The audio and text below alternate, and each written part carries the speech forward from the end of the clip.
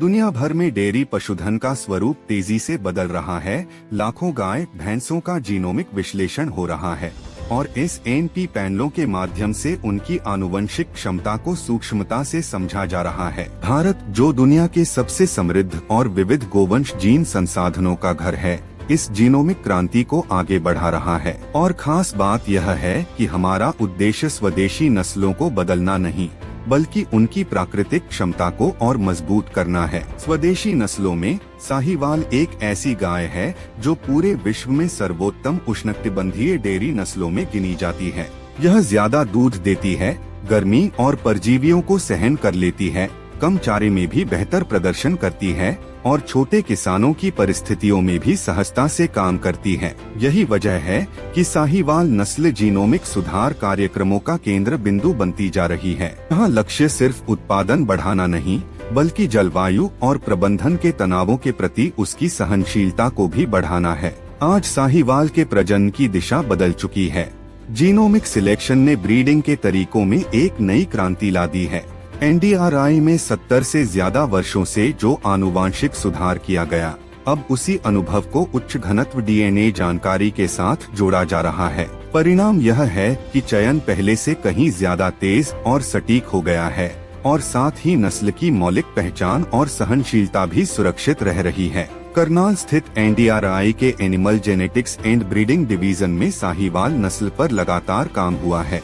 कई पीढ़ियों के रिकॉर्ड, प्रदर्शन डेटा और वैज्ञानिक चयन ने एक एलीट आबादी तैयार की है, जो आज भारत के पहले स्वदेशी जीनोमिक सिलेक्शन कार्यक्रम का आधार बन चुकी है। यहाँ सिंगल स्टेप जेनोमिक ब्लॉक जैसी आधुनिक पद्धति का उपयोग किया जाता है और इसे भारतीय डेयरी परिस्थितियों के अनुसार लगातार बेहतर बनाया जा रहा है।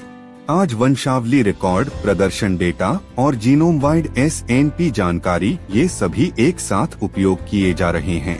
यानी अब चयन सिर्फ दूध को देखकर नहीं, बल्कि उसके पीछे छिपी आनुवांशिक क्षमता को समझकर किया जा रहा है। देश भर में चल रहे कार्यक्रम जैसे all India indigenous breed project इस श्रेष्ठ साहीवाल जर्मप्लाज्म को विभिन्न राज्यों और प्रजनन क्षेत्रों तक पहुंचा रहे हैं। इससे नस्ल सुधार के साथ साथ इन सिटू संरक्षण भी मजबूत हो रहा है। पारंपरिक आनुवांशिक मूल्यांकन प्रणालियां भरोसेमंद तो थीं, लेकिन धीमी, क्योंकि दूध उत्पादन जैसे गुण केवल मादा संतान में देखे जा सकते हैं।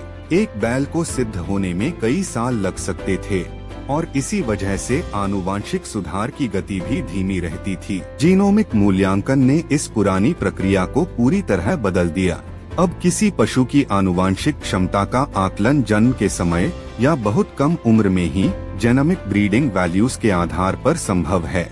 इससे पीढ़ी अंतराल बहुत कम हो जाता है और दूध उत्पादन, उर्वरता व अनुकूलन क्षमता जैसे गुणों में प्रगति पहले की तुलना में कई गुना तेज हो जाती है।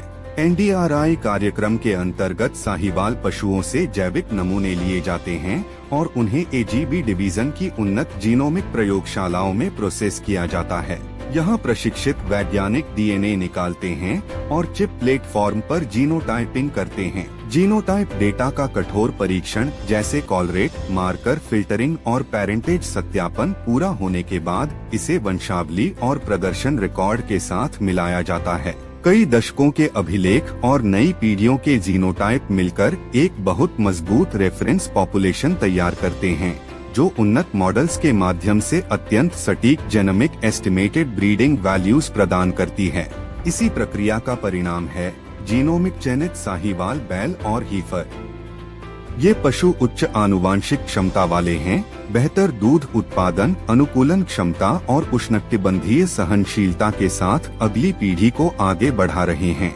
रिकॉर्ड से लेकर जीनोम और फिर किसान के खेत तक, यह यात्रा दर्शाती है कि एनडीआरआई किस तरह विज्ञान को वास्तविक आनुवांशिक सुधार में बदल रहा है। इससे दूध उत्पादन बढ़ रहा है, पीढ़ी अंतराल घट रहा है और किसानों की आय में बढ़ोतरी हो रही है।